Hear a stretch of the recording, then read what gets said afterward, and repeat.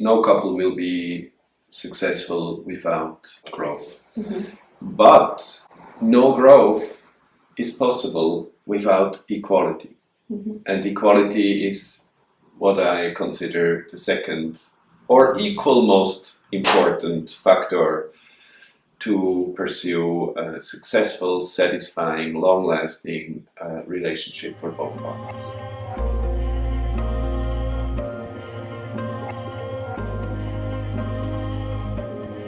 I'm doing couple counseling for a long time. I've seen so many couples, and I can tell you almost all couples' problems come from the fact that one or both partners do not feel equal towards the other one.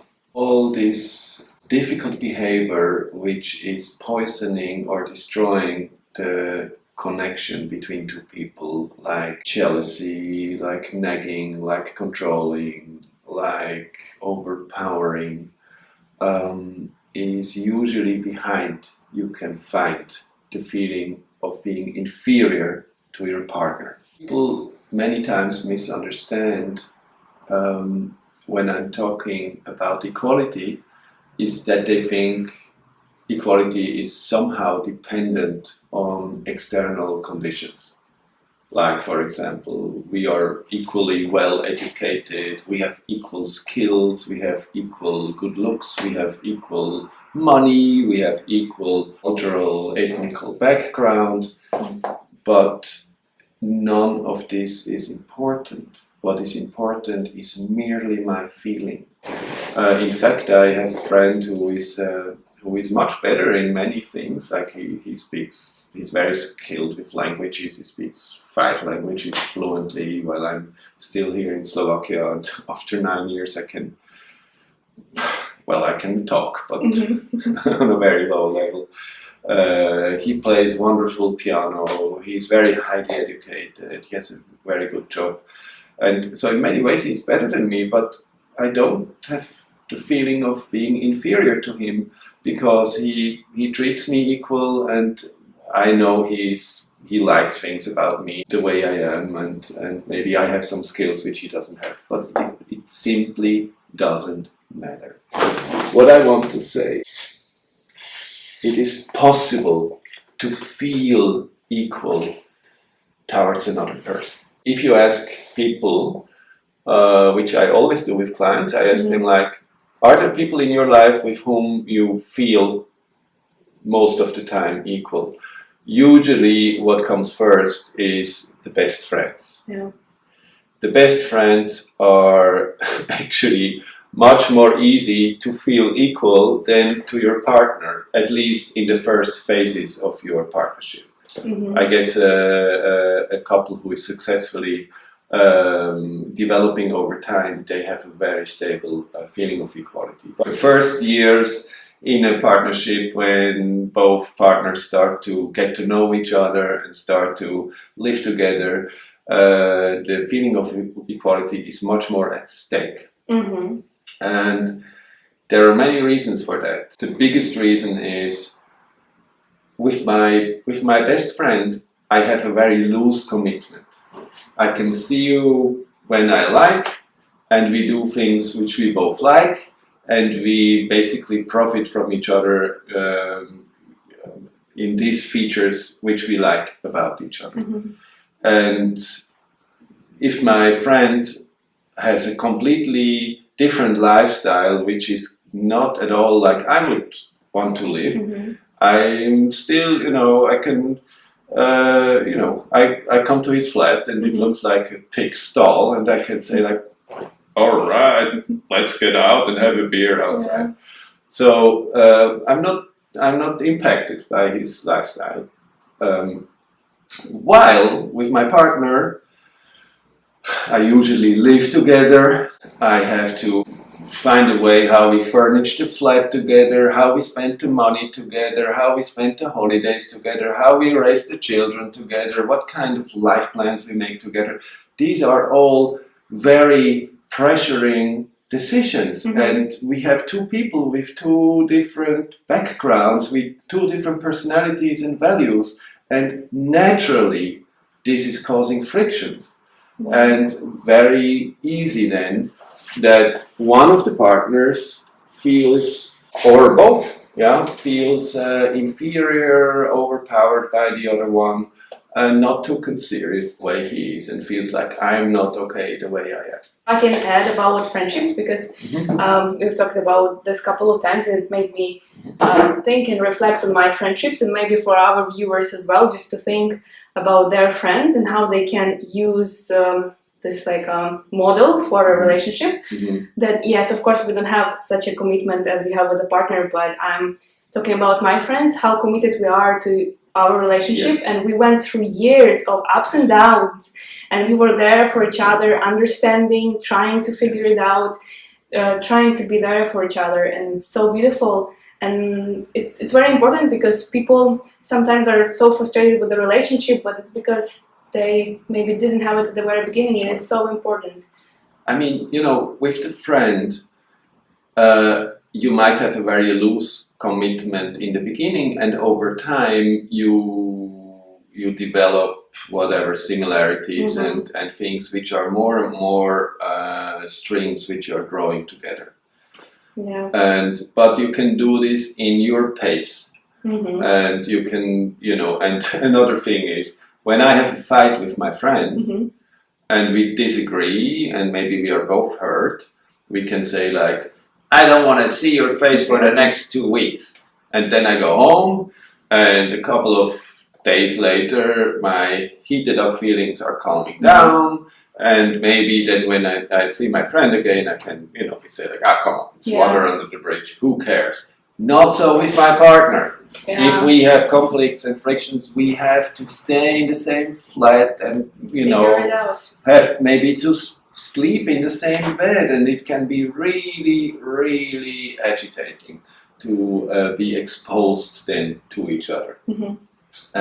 So there is no shame in that with my partner the feeling of equality is much more vulnerable. The question is, what indicates that I know that I feel equal to another person? And one of the most strongest indicator is with this person I'm not in a competition. It's not important who is better or who is worse. When we have a discussion, it's not important who is right or who is wrong. And it's not a power struggle. I don't have to prove anything. I feel that I can be the way I am, and I know I'm not perfect. I have a lot of shortcomings and flaws and whatsoever, but I'm also, I like myself the way I am. And I know you know the same thing about yourself. And I also know that you're not perfect and you have your weak sides, but I like you for who you are, and you like me for who I am. And this gives a lot of stress relief, and acceptance. Good friends, you can just hang out, and you can be boring, and you're not worried, will I be still acceptable or not? This gives you the safety. So there is no competition, and only when we have this kind of connection, then also we can build up trust. Trust that I can talk honestly, that I can be open, and you can be open. Only in this condition of feeling equal, I can feel that I really connect with another person, and I am sure and safe about my place with this person.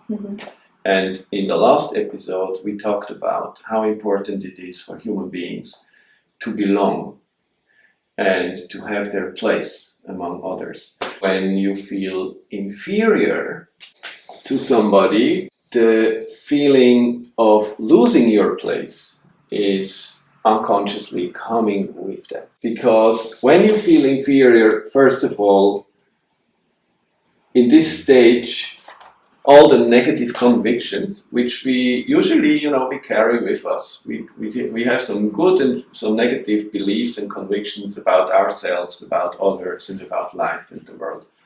And when you feel equal, this not so good convictions, these negative convictions, they are more in the background, and you feel more courageous to tackle life through new experience, find more broader horizon of what you believe in.